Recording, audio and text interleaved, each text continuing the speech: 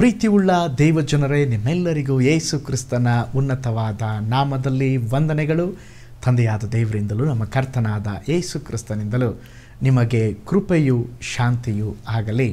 ಈ ವರ್ಷದ 6 ತಿಂಗಳುಗಳನ್ನು ಮುಗಿಸಿ ಈ 7ನೆಯ ತಿಂಗಳ ಈ ಮೊದಲ ದಿನದಲ್ಲಿ ನಾವಿದ್ದೇವೆ. ಈ ತಿಂಗಳ ಈ ಹೊಸ ದಿನಕ್ಕಾಗಿ ನಾವು ಕರ್ತನ ನಾಮವನ್ನು ಮಹಿಮೆಪಡಿಸೋಣ. ಈ ತಿಂಗಳು ಕೂಡ ದೇವರು ನಿಮ್ಮನ್ನು ನಡೆಸಲಿಕ್ಕಿದ್ದಾರೆ. ನಿಮ್ಮ ಜೀವಿತದಲ್ಲಿ ಒಂದು ಅದ್ಭುತವನ್ನು ಮಾಡಲಿಕ್ಕಿದ್ದಾರೆ. ನಿಮಗಾಗಿ ಹೊಸ ಮಾರ್ಗಗಳನ್ನು, ಹೊಸ ಬಾಗಿಲುಗಳನ್ನು ದೇವರು ತೆರೆಯಲಿಕ್ಕಿದ್ದಾರೆ. ನಿಮ್ಮ ಸಮಸ್ಯೆಯ ನಡುವೆ ಒಂದು ಅದ್ಭುತವನ್ನು ನೀವು ಕಾಣುವಿರಿ.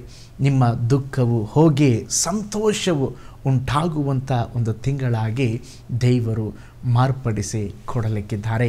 ಈ ತಿಂಗಳು ಕೂಡ ದೇವರು ನಮಗೆ ಕೊಡುವಂಥ ಒಂದು ವಾಗ್ದಾನದ ವಚನ ಯೋಹಾನ್ ಬರೆದ ಸುವಾರ್ತೆ 11ನೆಯ ಅಧ್ಯಾಯ 40ನೆಯ ವಾಕ್ಯ.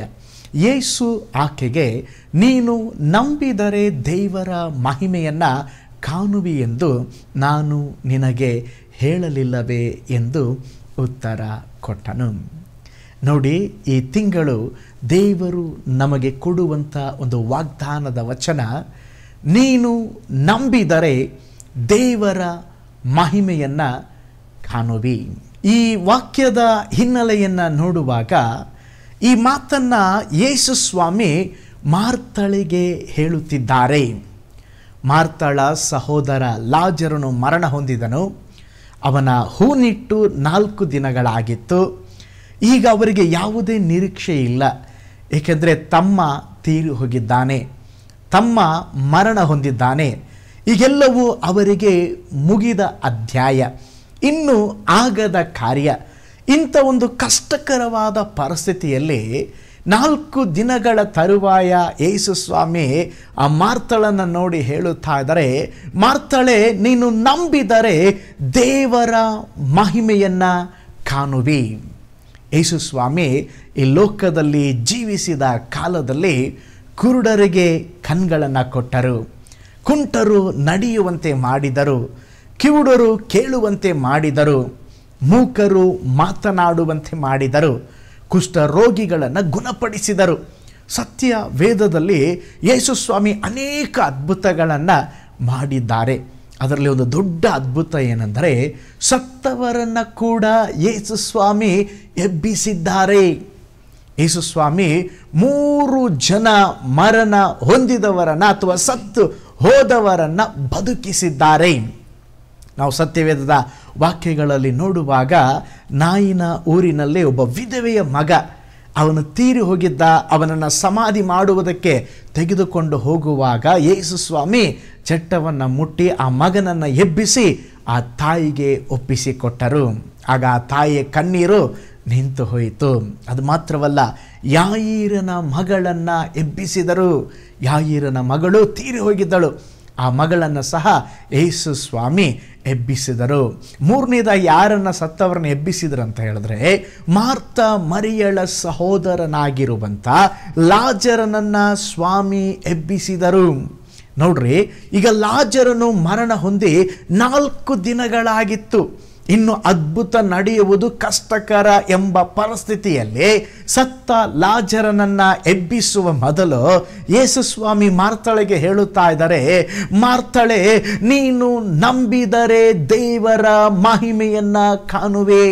ಈ ತಿಂಗಳು ಕೂಡ ಈ ವಿಡಿಯೋವನ್ನು ವೀಕ್ಷಿಸ್ತಾ ಇರುವಂಥ ದೇವ ಮಗುವೆ, ನಿಮ್ಮ ಜೀವಿತದಲ್ಲಿ ಕೂಡ ನೀವು ಬಹಳ ಕಷ್ಟಕರವಾದ ಪರಿಸ್ಥಿತಿಯಲ್ಲಿ ಇದ್ದೀರಾ. ನಿಮ್ಮ ಜೀವಿತದಲ್ಲಿ ಎದುರು ನೋಡದ ಸ್ತೋತ್ರ ಕಾರ್ಯಗಳು ನಿಮ್ಮ ಜೀವಿತವನ್ನು ಕಾಡಿಸುತ್ತಾ ಇರಬಹುದು. ದೇವರು ನಿಮಗೂ ಸಹ ಈ ಹೊಸ ದಿನದಲ್ಲಿ, ಈ ಹೊಸ ತಿಂಗಳಲ್ಲಿ ನಿಮ್ಮನ್ನು ನೋಡಿ ದೇವರು ಹೇಳುತ್ತಾ ಇದ್ದಾರೆ, ನೀನು ನಂಬಿದರೆ ದೇವರ ಮಹಿಮೆಯನ್ನು ಕಾಣುವೆ ಎಂದು. ನೀವು ಯಾವುದಾದ್ರೂ ಒಂದು ಕಷ್ಟದ ಪರಿಸ್ಥಿತಿಯಲ್ಲಿರಬಹುದು. ಒಂದು ವೇಳೆ ನಿಮ್ಮ ವ್ಯಾಧಿಯ ನಿಮಿತ್ತ ಇನ್ನು ಮೇಲೆ ಏನು ಮಾಡಲಾಗುವುದಿಲ್ಲ ಅಷ್ಟೇ ಎಂಬುದಾಗಿ ವೈದ್ಯರು ನಿಮ್ಮನ್ನು ಕೈಬಿಟ್ಟಿರಬಹುದು.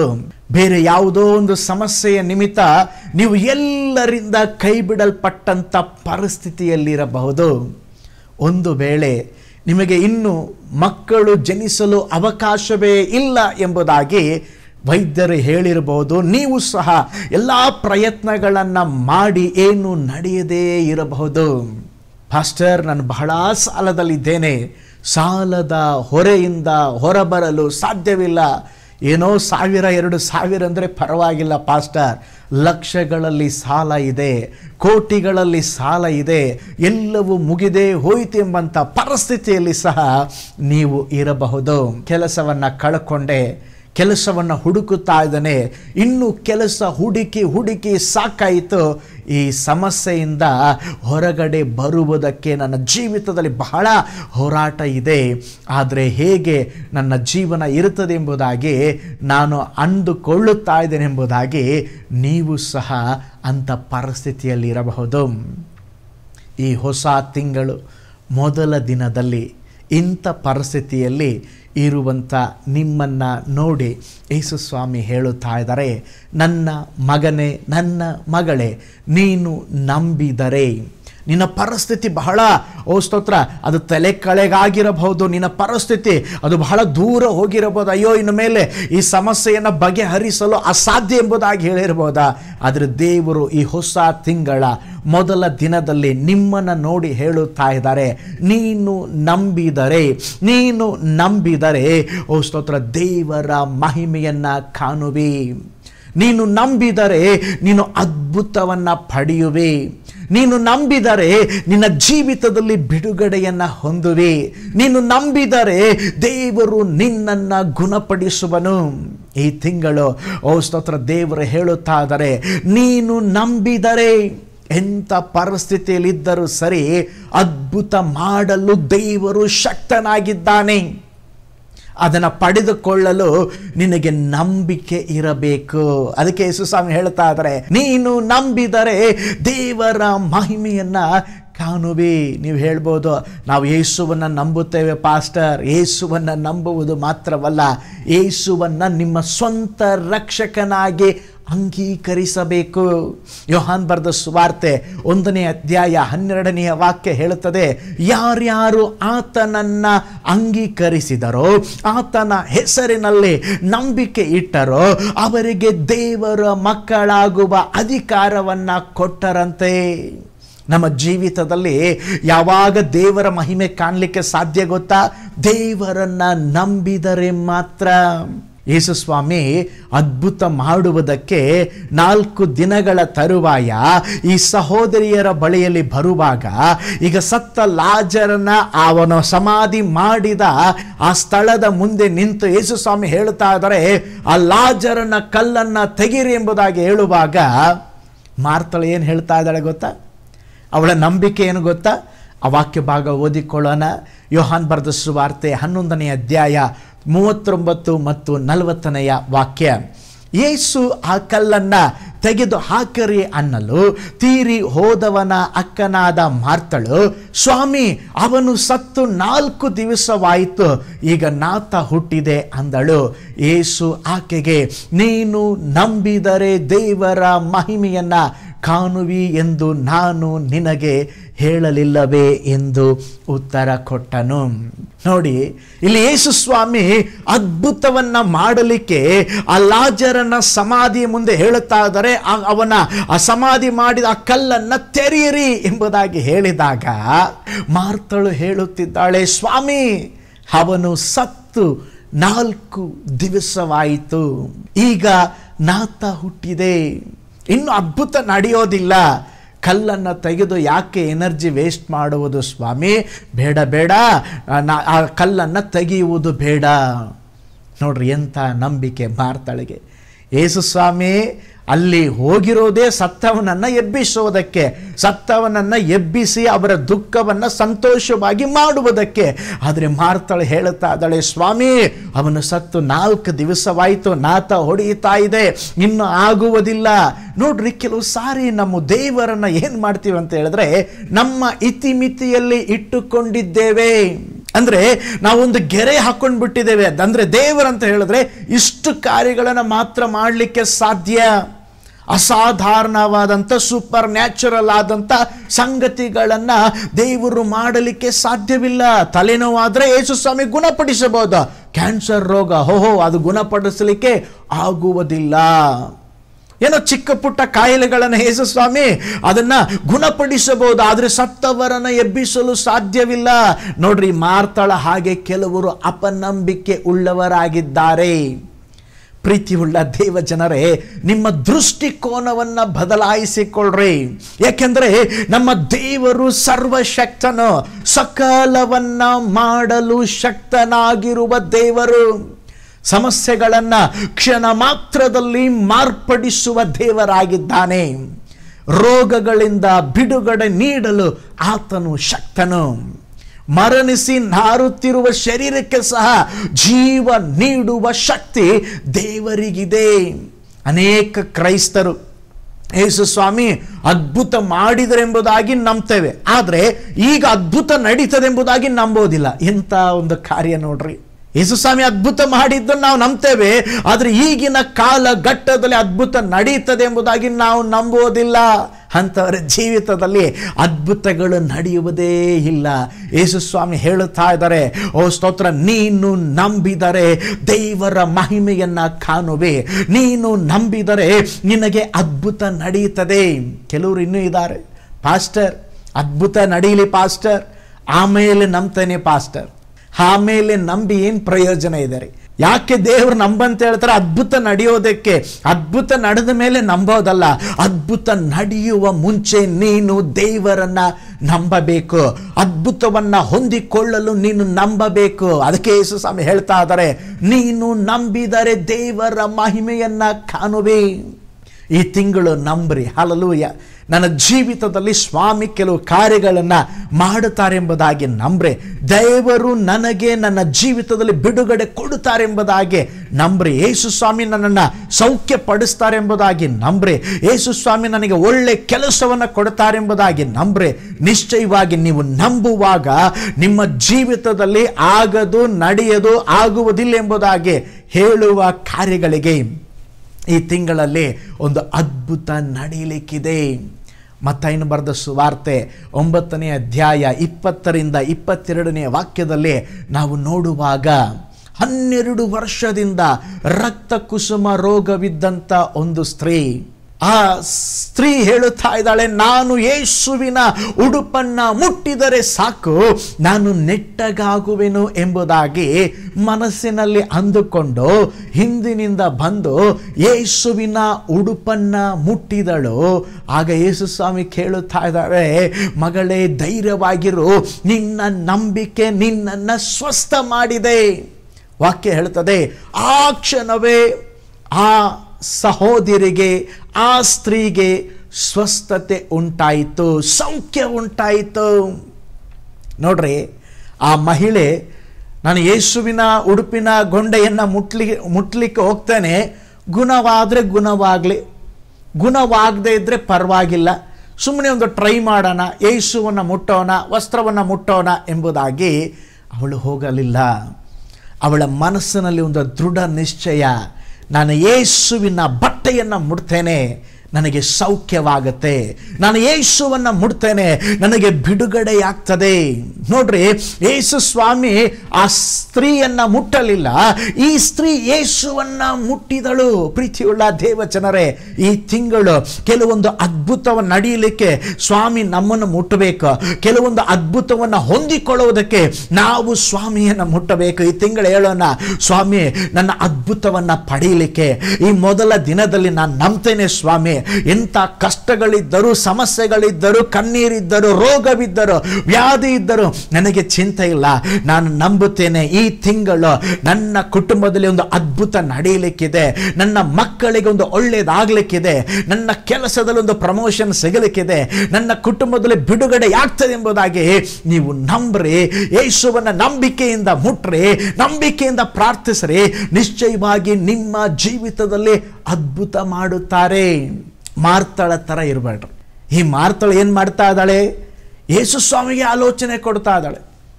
ಸ್ವಾಮಿ, ಲಾಜರನು ಸತ್ತು 4 ದಿನ ಆಯಿತು. ಯೇಸು ಸ್ವಾಮಿಗೆ ಗೊತ್ತಿಲ್ವಾ? ಗೊತ್ತಿದ್ದೆ 4 ದಿವಸ ಲೇಟಾಗಿ ಬಂದಿರೋದವರು. ಈಗ ಶರೀರ ಕೊಳೆತು ಹೋಗಿದೆ. ಯೇಸು ಸ್ವಾಮಿಯೇ ಒಳ್ಳೆ ಪ್ರಸಂಗಿ. ಯೇಸು ಸ್ವಾಮಿಗೆ ಮಾರ್ತಳು ಪ್ರಸಂಗ ಮಾಡ್ತಾ ಇದ್ದಾಳೆ. ಈ ದಿನ ಕೂಡ ಅನೇಕ ಜನರು ಯೇಸುವಿನಿಂದ ಪ್ರಸಂಗ ಕೇಳ್ರಿ ಅಂದರೆ ಯೇಸು ಸ್ವಾಮಿಗೆ ಪ್ರಸಂಗ ಮಾಡೋರಿದ್ದಾರೆ.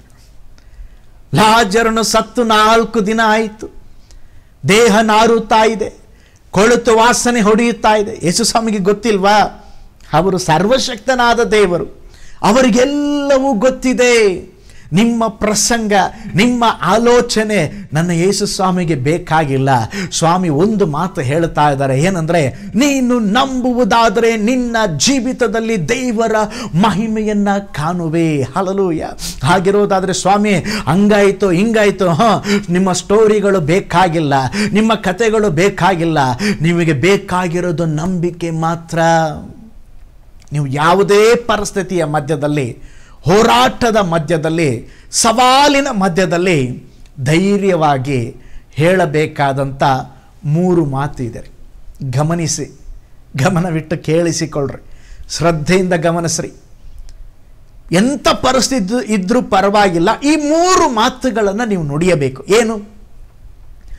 ಕರ್ತನೇ ನಾನು ನಂಬುತ್ತೇನೆ. 3 ಪದಗಳಿಂದ ಪ್ರತಿಕ್ರಿಯಿಸ್ರಿ. ನಿಮ್ಮ ಜೀವಿತದಲ್ಲಿ ಏನು ಬಂದರೂ ಸರಿ, ಜಸ್ಟ್ ಹೇಳ್ರಿ, ಕರ್ತನೇ ನಾನು ನಿನ್ನನ್ನು ನಂಬುತ್ತೇನೆ. ಶತ್ರುವು ನಿಮ್ಮ ಜೀವಿತದಲ್ಲಿ ಅನೇಕ ಸಂಗತಿಗಳನ್ನು ಕದ್ದುಕೊಂಡು ಹೋಗಿರಬಹುದು. ದೇವರಿಗೆ ಹೇಳ್ರಿ, ಸ್ವಾಮಿ ನೀನು ಕಳೆದುಕೊಂಡ ಸಂಗತಿಯನ್ನು ತಿರುಗಿ ಕೊಟ್ಟು ನನ್ನ ಜೀವಿತವನ್ನು ಪುನಃಸ್ಥಾಪಿಸಲಿಕ್ಕಿದ್ದೀರಾ. ನಾನು ನಿನ್ನನ್ನು ನಂಬುತ್ತೇನೆ. ಸ್ಥಿತಿಗತಿಗಳು ಮಾರ್ಪಟ್ಟಿದ್ದೀಯಾ? ಹೇಳಿ, ಸ್ವಾಮಿ ಸ್ಥಿತಿಗತಿಗಳು ಎಲ್ಲವನ್ನೂ ಸರಿ ಮಾಡ್ತೀಯಾ? ನಾನು ನಿನ್ನನ್ನು ನಂಬುತ್ತೇನೆ. ಅನಾರೋಗ್ಯದಲ್ಲಿ ಬಳಲುತ್ತಾ ಇದ್ದೀರಾ? ಶರೀರದಲ್ಲಿ ಯಾವುದೋ ಒಂದು ಬಲಹೀನತೆಯ ನಿಮಿತ್ತವಾಗಿ ಕಷ್ಟಪಡುತ್ತಾ ಇದ್ದೀರಾ?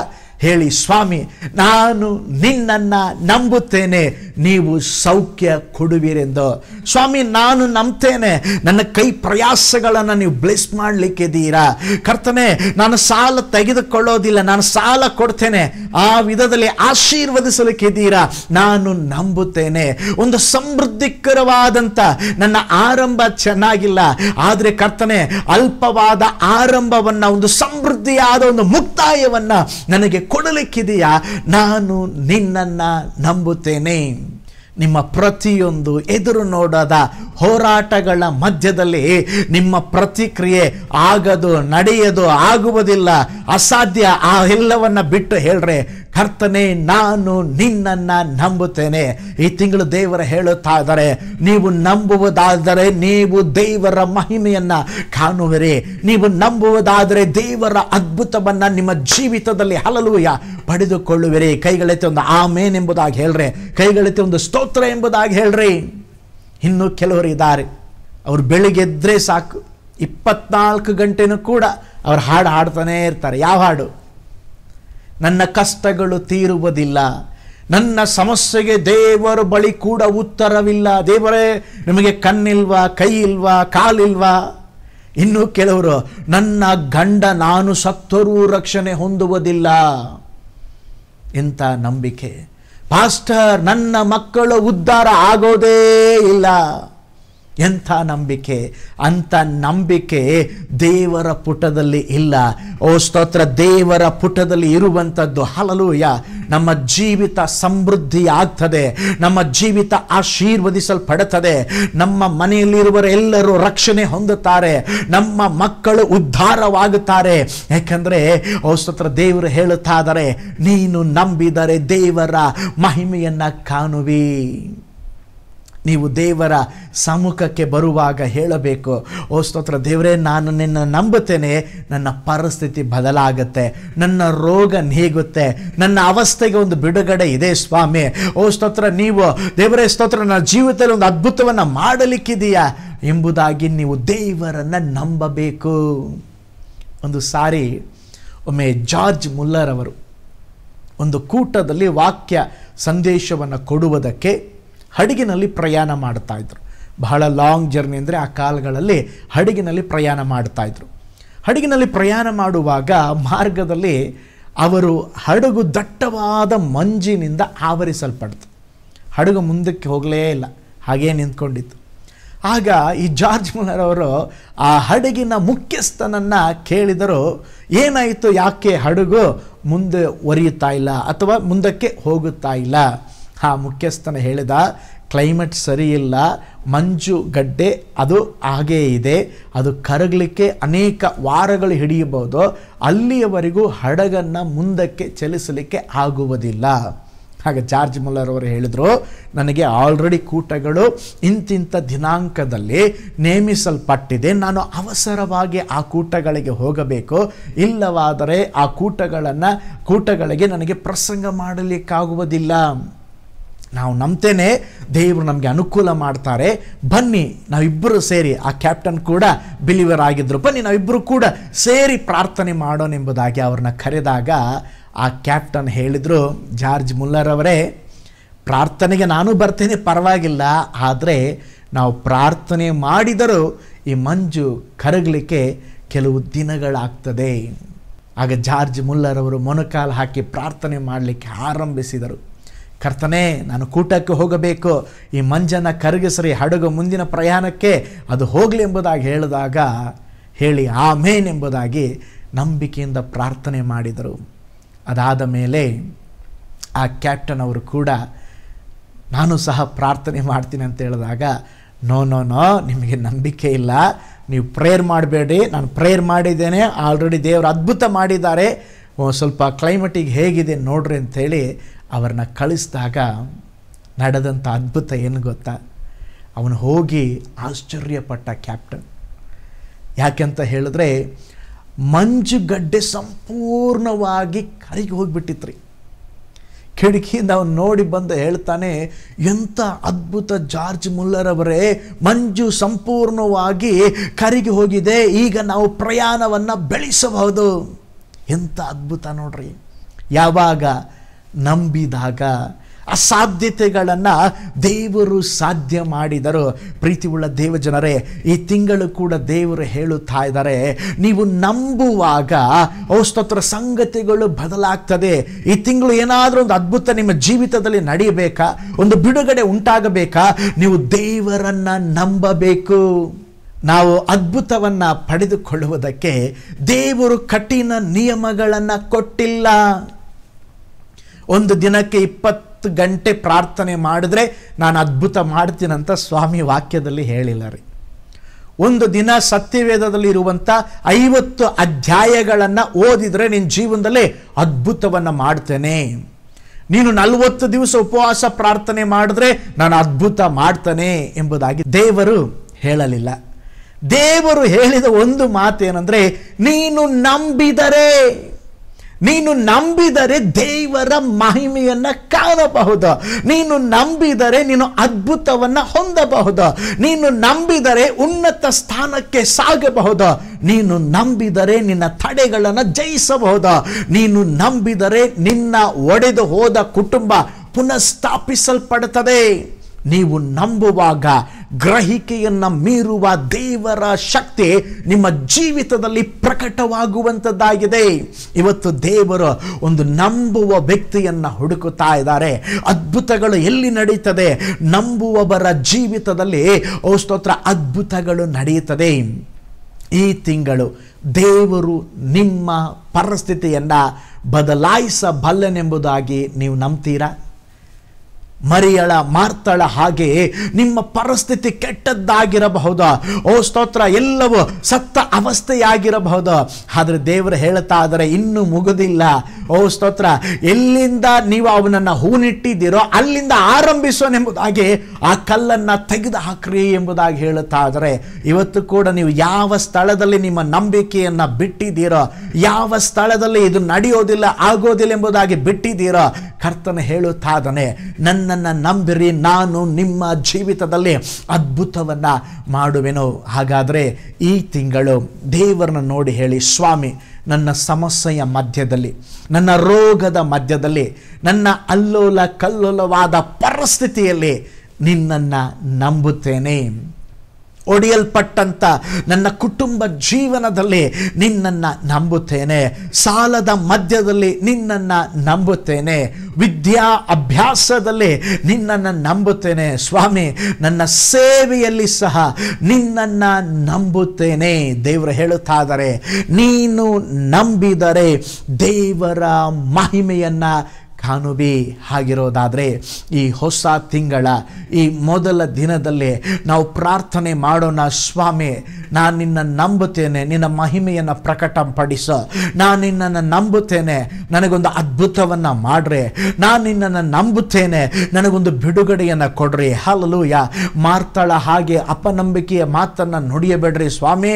ಲಾಜರ ಸತ್ತು 4 ದಿನ ಆಯಿತು, ವಾಸನೆ ಬರ್ತಾ ಇದೆ, ಹೊರಗಡೆ ಬರಲಿಕ್ಕೆ ಸಾಧ್ಯ ಇಲ್ಲ, ಜೀವಂತವಾಗಿ ಬರಲಿಕ್ಕೆ ಸಾಧ್ಯವಿಲ್ಲ. ನೋ, ಇವತ್ತು ನಾವು ದೇವರನ್ನ ನಂಬೋಣ. ಒಂದು ನಿಮಿಷ ಎಲ್ಲರ ಕಣ್ಗಳನ್ನು ಮುಚ್ಚಿ. ಹಲ್ಲೆಲೂಯ. ಓ ಸ್ತೋತ್ರ. ಈ ಹೊಸ ತಿಂಗಳ ಈ ಮೊದಲ ದಿನದಲ್ಲಿ, ಈ ಜೂಲೈ ತಿಂಗಳಲ್ಲಿ, ಹಲ್ಲೆಲೂಯ, ನೀವು ನೆನಪಿಟ್ಟುಕೊಳ್ಳ್ರಿ, ಕರ್ತನು ಈ ತಿಂಗಳು ಅದ್ಭುತದ ತಿಂಗಳಾಗಿ ಮಾರ್ಪಡಿಸಿ ಕೊಡಲಿಕ್ಕಿದ್ದಾರೆ. ನಿಮ್ಮ ಕೆಲಸದಲ್ಲಿ ಒಂದು ಅದ್ಭುತ ನಡೆಯಲಿಕ್ಕಿದೆ. ಹಲ್ಲೆಲೂಯ. ನಿಮ್ಮ ವೈವಾಹಿಕ ಜೀವನದಲ್ಲಿ ಒಂದು ಅದ್ಭುತ ನಡೆಯಲಿಕ್ಕಿದೆ. ಹಲ್ಲೆಲೂಯ. ನಿಮ್ಮ ಓ ಸ್ತೋತ್ರ ಕಾಯುತ್ತಾ ಇರುವಂತ ಒಂದೊಂದು ವಿಷಯಕ್ಕೂ ಅದ್ಭುತ ನಡೆಯಲಿಕ್ಕಿದೆ. 2 ಕೈಗಳನ್ನು ಚಾಚಿ, ಕಣ್ಗಳನ್ನು ಮುಚ್ಚಿ. ಹಲ್ಲೆಲೂಯ. ನೀವು ಯಾವ ಸ್ಥಳದಲ್ಲಿ ಇದ್ದರೂ, ವಿದೇಶದಲ್ಲಿ ಇದ್ದರೂ, ಸ್ವದೇಶದಲ್ಲಿ ಇದ್ದರೂ, ಓ ಸ್ತೋತ್ರ, ಯಾವ ಸ್ಥಳದಲ್ಲಿ ಇದನ್ನು ವಾಚ್ ಮಾಡ್ತಾ ಇದ್ದರೂ ಕೂಡ ಕರ್ತನು ಈ ಕ್ಷಣ ನಿಮ್ಮ ಜೀವಿತದಲ್ಲಿ ಒಂದು ಅದ್ಭುತವನ್ನ ಮಾಡಲಿಕ್ಕಿದ್ದಾರೆ. ದೇವರು ಹೇಳುತ್ತಾ ಇದ್ದಾರೆ, ಮಗನೇ ಮಗಳೇ, ನೀನು ನನ್ನನ್ನು ನಂಬುತ್ತಾ ಇಲ್ಲ. ದೇವರು ಹೇಳುತ್ತಾ ಇದ್ದಾರೆ, ನೀನು ನಂಬಿದರೆ ಈ ಜೂಲೈ ತಿಂಗಳು, ಹಲ್ಲೆಲೂಯ, ನೀನು ನಂಬಿದರೆ ದೇವರ ಮಹಿಮೆಯನ್ನು ಕಾಣುವೆ. ಪರಿಸ್ಥಿತಿಗಳು ನಿನಗೆ ಅನುಕೂಲ ಇಲ್ಲದೆ ಇರಬಹುದು. ಓ ಸ್ತೋತ್ರ. ಶರೀರದಲ್ಲಿ ಅನೇಕ ಬಲಹೀನತೆಗಳು ಕಾಡುತ್ತಾ ಇರಬಹುದು. ಎಲ್ಲ ಕಡೆ ಮುಚ್ಚಲ್ಪಟ್ಟಂತ ಬಾಗಿಲು ನಿನಗೆ ಕಾಣುತ್ತಾ ಇರಬಹುದು.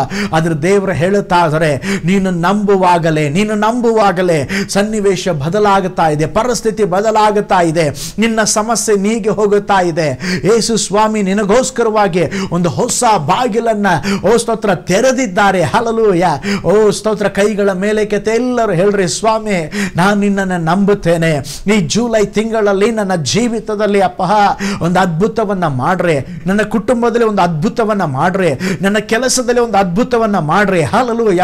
ಹಾಗೆ ಹೇಳುವಾಗಲೇ ಈ ತಿಂಗಳು, ಹಲ್ಲೆಲೂಯ, ಎಷ್ಟೋ ವರ್ಷಗಳಾಯಿತು ನಿಮಗೆ ಮಕ್ಕಳಾಗದೆ ಇರುವಂತ ಅನುಭವ.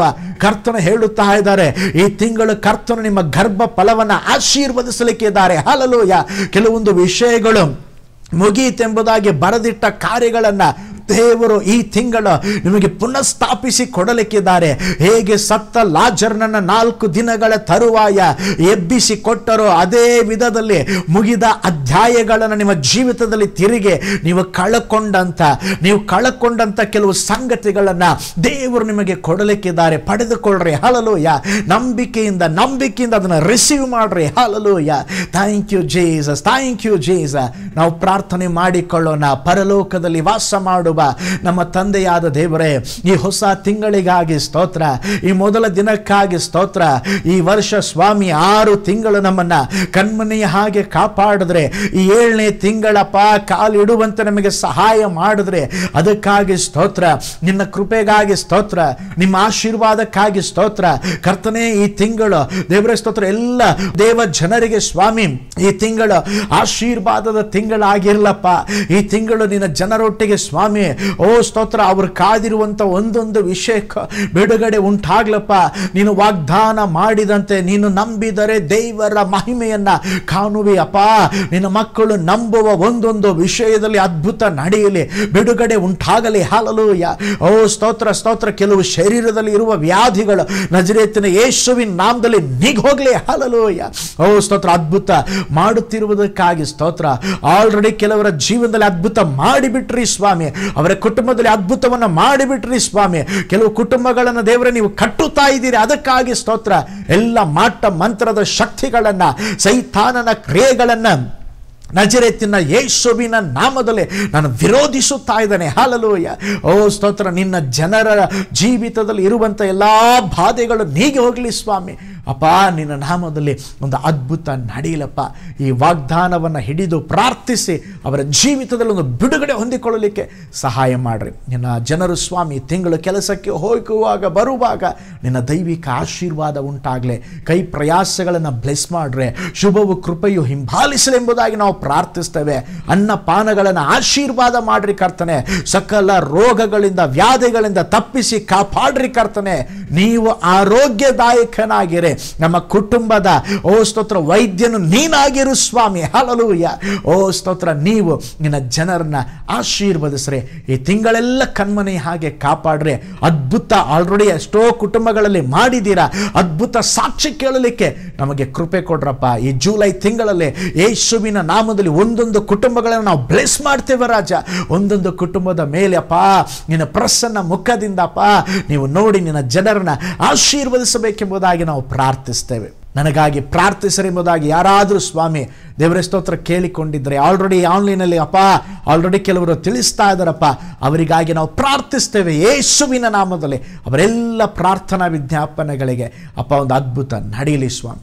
ಈ ಸೇವೆಯನ್ನು ಪ್ರೀತಿಸುವಂಥ, ಈ ಸೇವೆಗಾಗಿ ಪ್ರಾರ್ಥಿಸುವಂಥ, ಅದು ಮಾತ್ರವಲ್ಲ ಈ ಸೇವೆಗಾಗಿ ಕೊಡುವಂಥ ಕರಗಳನ್ನು, ಅವರ ಕುಟುಂಬಗಳನ್ನು ನೀವು ವಿಶೇಷವಾದ ರೀತಿಯಲ್ಲಿ ಬ್ಲೆಸ್ ಮಾಡ್ರಿ ಎಂಬುದಾಗಿ ನಾವು ಪ್ರಾರ್ಥಿಸ್ತೇವೆ ರಾಜ. ಈ ಜೂಲೈ ತಿಂಗಳು ದೇವರನ್ನು ನಂಬಿ ದೇವರ ಮಹಿಮೆಯ ಒಂದೊಂದು ಕುಟುಂಬಗಳಲ್ಲಿ ಪ್ರಕಟವಾಗಲೆಂಬುದಾಗಿ ನಾವು ಪ್ರಾರ್ಥಿಸ್ತೇವಪ್ಪ. ನೀವು ಆಳ್ವಿಕೆ ಮಾಡಿರಿ, ನೀವು ದೊಡ್ಡ ಕಾರ್ಯ ಮಾಡ್ರಪ್ಪ. ನಿಮಗೆ ಸ್ತೋತ್ರಪ್ಪ, ನಿಮಗೆ ಸ್ತೋತ್ರಪ್ಪ. ಎಲ್ಲ ಸ್ತುತಿ ಘನ ಮಾನ ಮಹಿಮೆ ನಿಮ್ಮೊಬ್ಬರಿಗೇ ಸಲ್ಲಿಸ್ತೇವೆ. ಯೇಸುವಿನ ಹೆಸರಿನಲ್ಲಿ ಪ್ರಾರ್ಥಿಸಿ ನಾವು ಬೇಡಿ ಹೊಂದಿಕೊಂಡಿದ್ದೇವೆ ನಮ್ಮ ಜೀವವುಳ್ಳ ತಂದೆಯೇ. ಒಟ್ಟಾಗಿ ನಂಬಿಕೆಯಿಂದ ಹೇಳೋಣ, ಆಮೆನ್. Price the lord. ಈ ತಿಂಗಳು ನಾವು ದೇವರನ್ನು ನಂಬಿ ದೇವರ ಮಹಿಮೆಯನ್ನು ಕಂಡು ಅದ್ಭುತಗಳನ್ನು ಪಡೆದುಕೊಳ್ಳುವಂಥ ತಿಂಗಳು. ಆದುದರಿಂದ ಎಲ್ಲ ಕಾರ್ಯಗಳಲ್ಲಿ ದೇವರನ್ನ ನಂಬ್ರಿ. ನಿಮ್ಮ ಸಂಗತಿಗಳು ಇರುವ ಹಾಗೆ ಇರುವುದಿಲ್ಲ.